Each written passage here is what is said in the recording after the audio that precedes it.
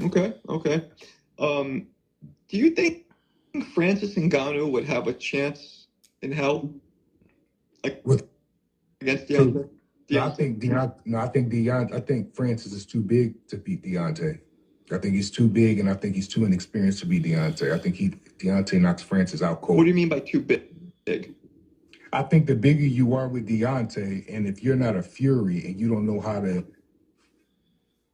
if if you don't know how to box and you don't have experience in boxing and know the ins and out as far as how to be a big man when you're boxing Deontay, I think the bigger you are, the worse it is for you because that means the bigger you are, the more weight you carry, the more lack of defense you're gonna have. And to me, all three of those is a recipe for disaster when you're fighting the hardest punch in the history of the sport. So I just truly believe sometimes somebody pluses can be a minus against a hard puncher. No. You know, Those are the words of, once again, Malik Scott, as he predicts that Deontay Wilder would knock Francis Ngannou out cold. Out cold.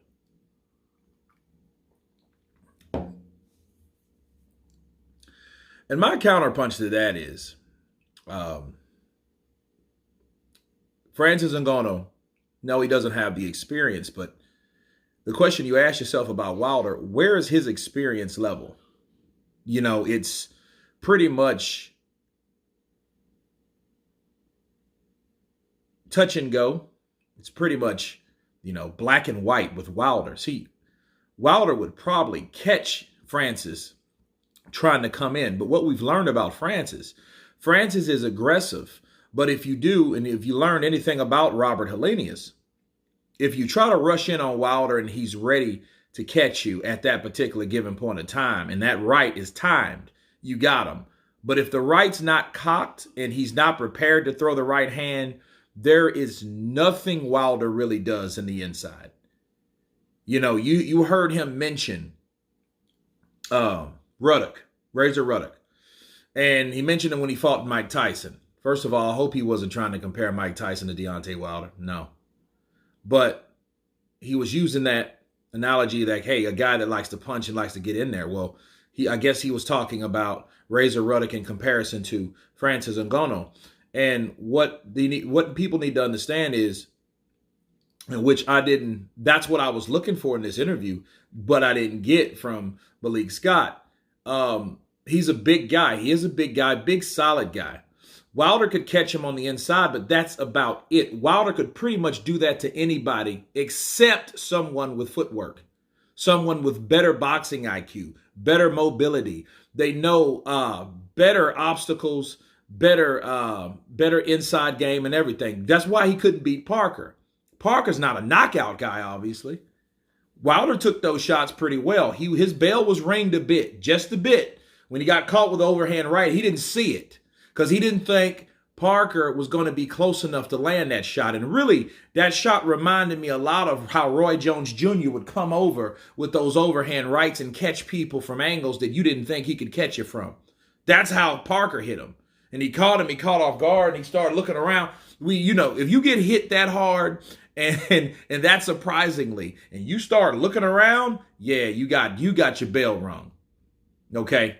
So, but what did Wilder have? Wilder was kind of like a drunken Neo up in there, because he knew he was like Neo in boxing gloves, because he was just, because he didn't want to get hit. He was rubbernecking these shots because he had nothing to offer.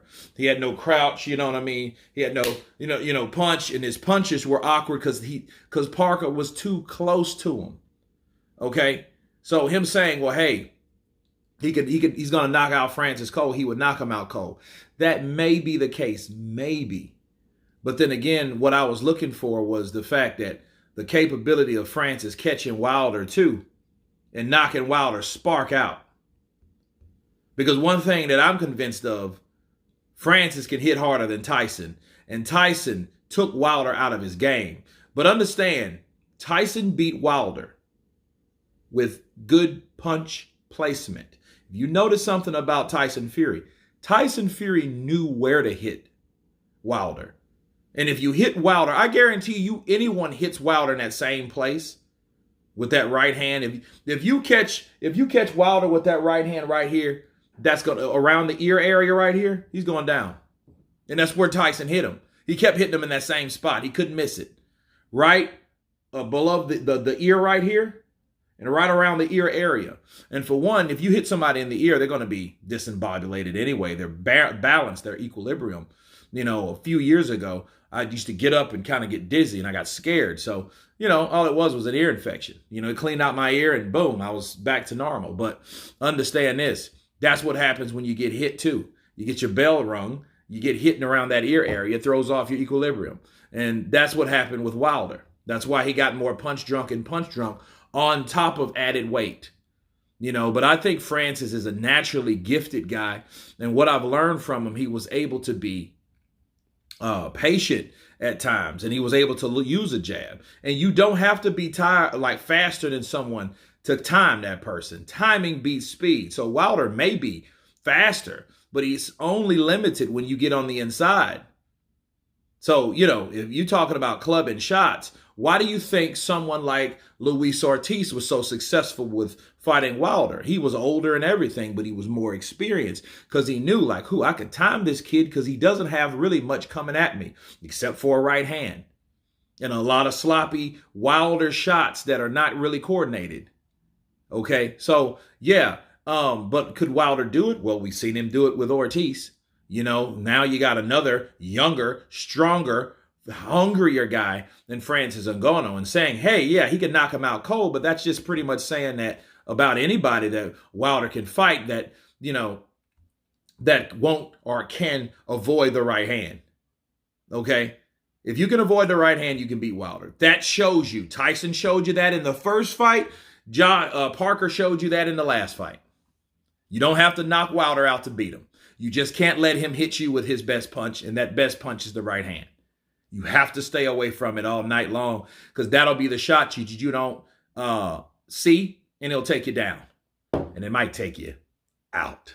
But anyway, you guys tell me what you think of Malik Scott stating that Deontay the Bronze Bomber Wilder would knock out Francis Ngannou cold. Of course, please subscribe. And you guys been Counterpunch. Peace!